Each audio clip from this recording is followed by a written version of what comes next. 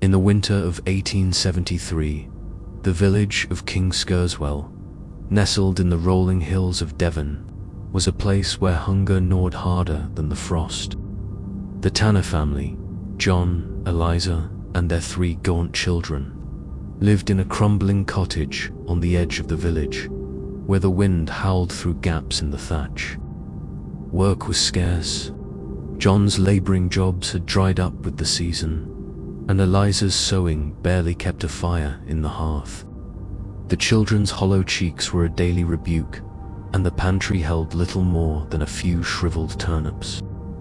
Desperation, like a shadow, had settled over the Tanners.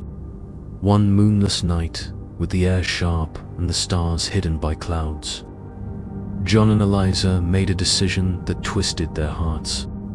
The fields beyond Kingskerswell, owned by a wealthy farmer named Squire Hargreaves, were thick with potatoes and cabbages, crops that could mean the difference between starvation and survival. Stealing was a sin, they knew, and the gallows loomed for thieves. But the thought of their children's pinched faces drove them out into the dark. They wrapped themselves in threadbare cloaks, tucked a burlap sack under John's arm, and slipped from the cottage, leaving the children asleep under a tattered blanket. The fields lay a mile out, bordered by gnarled hedgerows and a copse of skeletal oaks. The couple moved silently, their breaths clouding in the frigid air, their boots crunching softly on the frozen earth. The silence of the night was oppressive, broken only by the distant bark of a fox. They reached Hargreaves' field, its furrows heavy with unharvested bounty. John knelt, his calloused hands clawing at the soil to unearth potatoes, while Eliza snapped cabbages free, their leaves brittle with frost. Each vegetable stuffed into the sack felt like a small victory, a bulwark against the hunger waiting at home. They worked quickly, their eyes darting toward the horizon, alert for the squire's men or the village constable. The sack was half full when a prickling sensation crawled up Eliza's spine. She froze, her hand clutching a cabbage, and whispered, "John, do you feel that?" He looked up, his brow furrowed, and nodded. The air had shifted, grown heavier, as if the night itself were holding its breath. Then, from the direction of the copse, a figure emerged, a man on horseback, materializing from the shadows like smoke taking form. The rider was tall, his silhouette sharp against the dim glow of the field. His horse, a massive beast with a mane like spilled ink, moved with a grace that belied its size. They galloped straight toward the Tanners, the rider's cloak billowing, his face obscured by a wide-brimmed hat. John grabbed Eliza's arm, his voice a hoarse whisper, "Run." But what rooted them to the spot wasn't fear alone, it was the silence. The horse's hooves, pounding the earth, made no sound. No clatter of iron shoes, no snort of breath, no creak of saddle leather.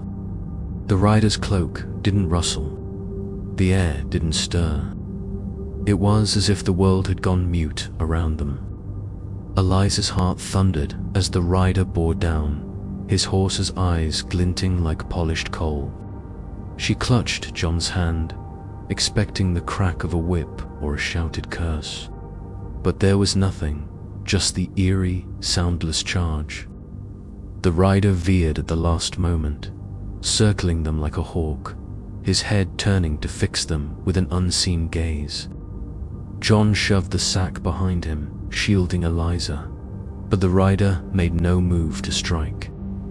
Instead, he wheeled his horse and galloped back toward the copse, vanishing as abruptly as he'd appeared, swallowed by the darkness.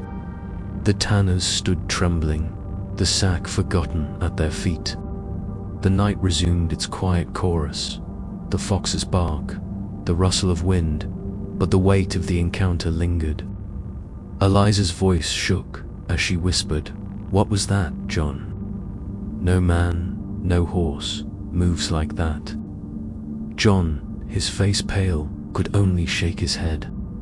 They abandoned the field, leaving the sack half buried in the dirt, and stumbled home, the spectre of the silent rider haunting their steps. By dawn, the village was abuzz. The tanners, too shaken to keep silent, told their story to neighbors over weak tea. Old Mrs. Pym, who'd lived in Kingskerswell since the reign of George III, nodded sagely.